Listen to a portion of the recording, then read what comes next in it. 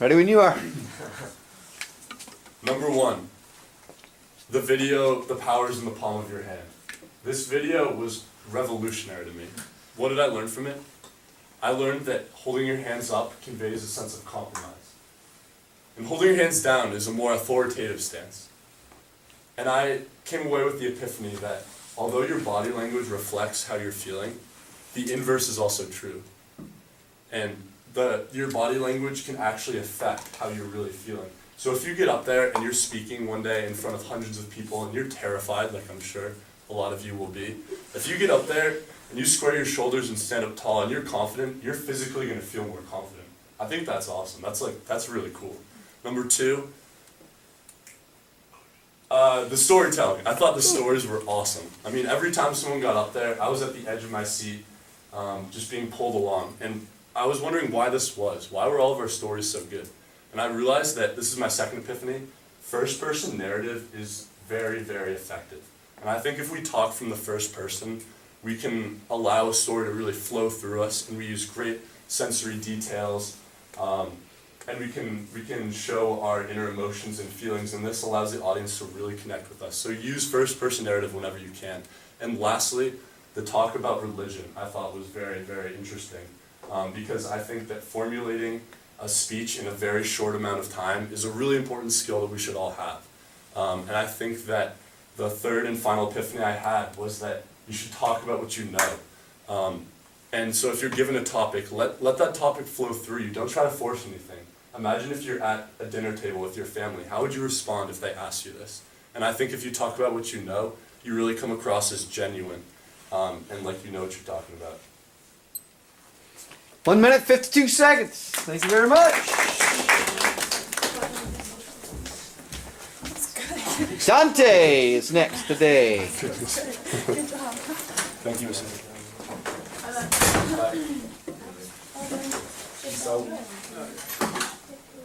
Am I good? You're good. Okay. So the Megan Washington TED Talk was really important for me in this class because she didn't really follow any of the rules of public speaking. You might remember she was the one with the stutter. And so as a result of that, she didn't really present any kind of vocal variety that you could hear. She had poor body posture. She looked at her phone, so she had bad eye contact. So she'd make big gestures, all the things that you would expect to go wrong and that would make a presentation less compelling. And yet I think she was one of the most compelling presentations that we looked at. And I found that really interesting because it showed that just by making herself vulnerable on stage, even though she had a stutter, and just by being sincere on stage, that was actually compelling without a lot of the mechanics that we had talked about and learned in class.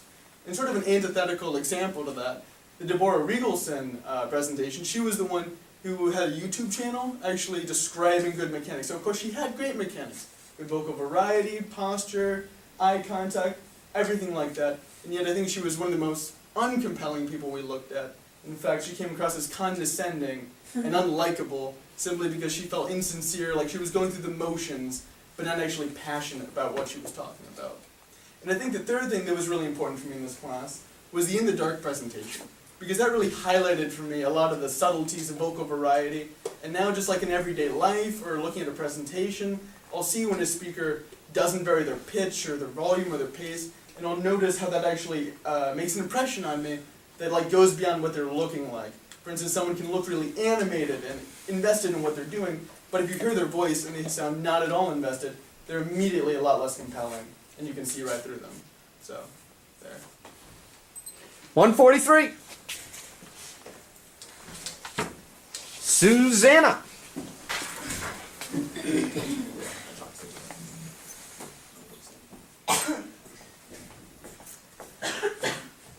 So, when I think about public speaking, the first thing I think about is myself standing blindly in the dark, reciting a Nicki Minaj rap into an invisible audience, and yelling "motherfucking trip trip" at the top of my lungs into a vacant auditorium. Now, this sounds really strange and awkward, but I think this moment was probably the most comfortable I've been when I'm required to speak in front of my peers and when I'm receiving a grade on it. And I think that this moment was also when I realized that taking risks could be fun and was really effective. So, secondly, when I think about Fridays, I think about Freeform.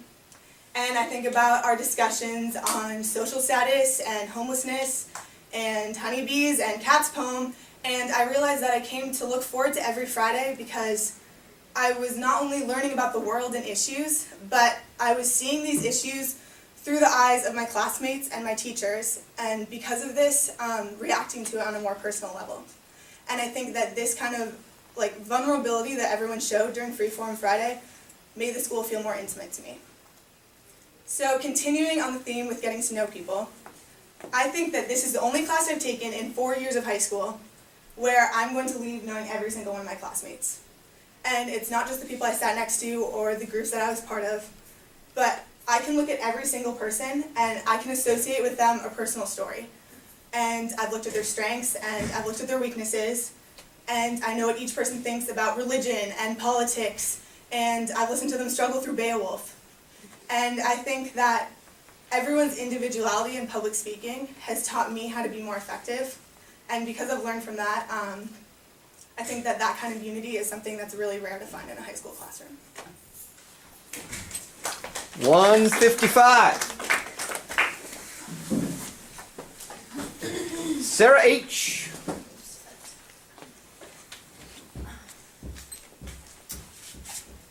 So one of the first things I thought about when we had this assignment was the Moth Talk by Dana Spechler, I think is how you say it. And I just remembered her so clearly, and I was like, why do I remember her so well? Why was I so captivated?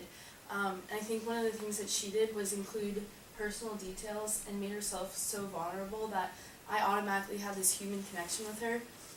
And that also led me to think of Cat's poem, which about women's inequality. Like that's just it was so ingrained in my mind, and I remember it so well. And I was like why? And I also remember the TED Talk with the girl with the speech impediment, and all those three women were doing was being vulnerable and putting themselves out there. And then the second thing I thought about was after we did our first assignment of the saying our favorite vocabulary words, Mr. Hanel came up here and was like, what the heck was that? You guys all sounded really bored. And I was like, and I was thinking also about highlights and performing for highlights, and I was realizing that no matter, you might be public speaking or you might be performing, it doesn't matter. You have to go up here and sound like you're enjoying yourself, and I think that Fletcher does a really nice job of this. He always looks like he's having a ball on stage. And I think the third thing that's really important is stillness, and I was a little skeptical at first when Mr. Hanel gave us this assignment, but I just seeing how powerful it could be just to know when to stand still and when to make big gestures was, especially when Ben Lynch did it, but he's gone. Okay. 140. Jenny isn't here. Josh isn't here. Sarah Polidor.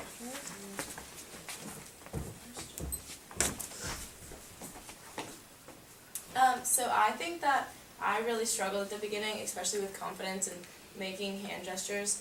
And I think that when we did the stillness in the dark, Fletcher was one person that even though no one could see him, he was making those huge gestures. When he was screaming, his hands were up like this, and that was just awesome for me to see, because even though no one's paying attention to anything he's saying, like he's still, when no one can see what he's saying, like he's still out there, like he's still doing his thing, and that was really cool to see. So I think that when we were in the dark, you have more time to focus on your vocal tone and what you're saying instead of how you look. And I think that often when we stand here, we think about, like, okay, am I looking awkward right now? Like, oh my god, my face is getting red.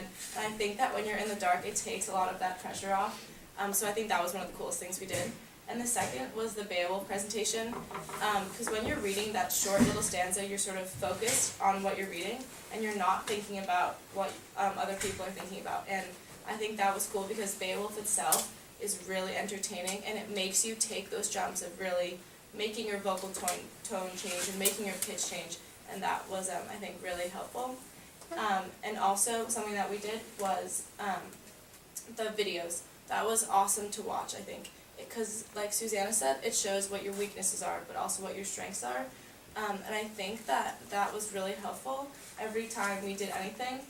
Like tomorrow, we're going to watch on video, and we're going to see, okay, you looked confident, but we need to slow it down. And I think after that, when we did the reflections, that was really helpful. And I think sort of all of that sort of pieced together as a class that I saw there was little changes in every single one of us. And I think that that's really cool. This class allows us to do that.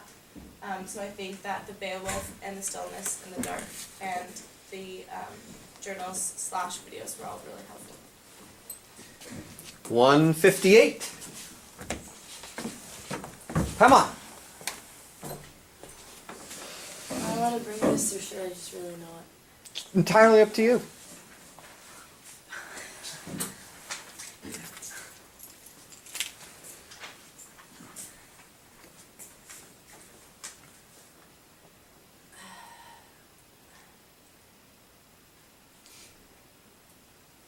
So that was how I started out my 1 minute Google talk. That is how I went throughout the whole minute. Let me just tell you, that scared the shit out of me. Okay, still a little scared. Anyways, that has got to be one of the most humbling experiences of my life. Honestly, before that I was like, yeah, I'll go up. Don't really need to write my 5 minute little thought process, jot down some ideas. I did write some on my hand just in case anything didn't work out, which I didn't think was going to be a problem, but no, it was a problem. I completely was blank of thoughts, and even when I looked at my hands, this all looked like complete gibberish to me. None of it made any sense. So there we are. I think that is a great example of showing how hard and powerful it is when someone can take what they practice in class and bring it into the real deal and use it. Transferring that is a huge deal. Another thing I'd like to talk about was the 60-second, I think it was 60-second spiel in the dark. I loved that. That was one of the few times in this class where I felt the most comfortable. That was the only time in class where I found myself moving and jumping to everything that I was saying, and all the body movement I had was just completely natural, and it's what I felt. And that was a huge deal for me. I had never realized how nice I felt. And I think a big part of that was how comfortable I was in the dark. And I think something nice about the dark is you completely lose the visual aspect. And that helped me a lot, because sometimes when I'm on stage I feel uncomfortable because I feel like everyone's judging me. I have all eyes on me and it's scary. And when I lost that, it was really nice. And it also showed how much just focusing on one part of public speaking and how much variety there is to that. The last thing I'd like to talk about is storytelling. Storytelling, to me, I've always pictured in my head when I hear like a good storyteller, I think of Dan DeRoy. And I think, why does Dan have such great storytelling skills? And it came to me through the stuttering of the girl and just in general, all the clips that we watched, was that the people who win at storytelling are the ones who are the most honest. The ones who speak from the heart and aren't worried about what other people are saying. And I really respect that. Because you can go and listen to anyone speaking like, yeah, that's what they should say, that's how they should look, that's how they should present themselves. Then when you get those people who really just don't give a shit about what anyone else is thinking and just speak as they feel, it's really special. 249. That was it.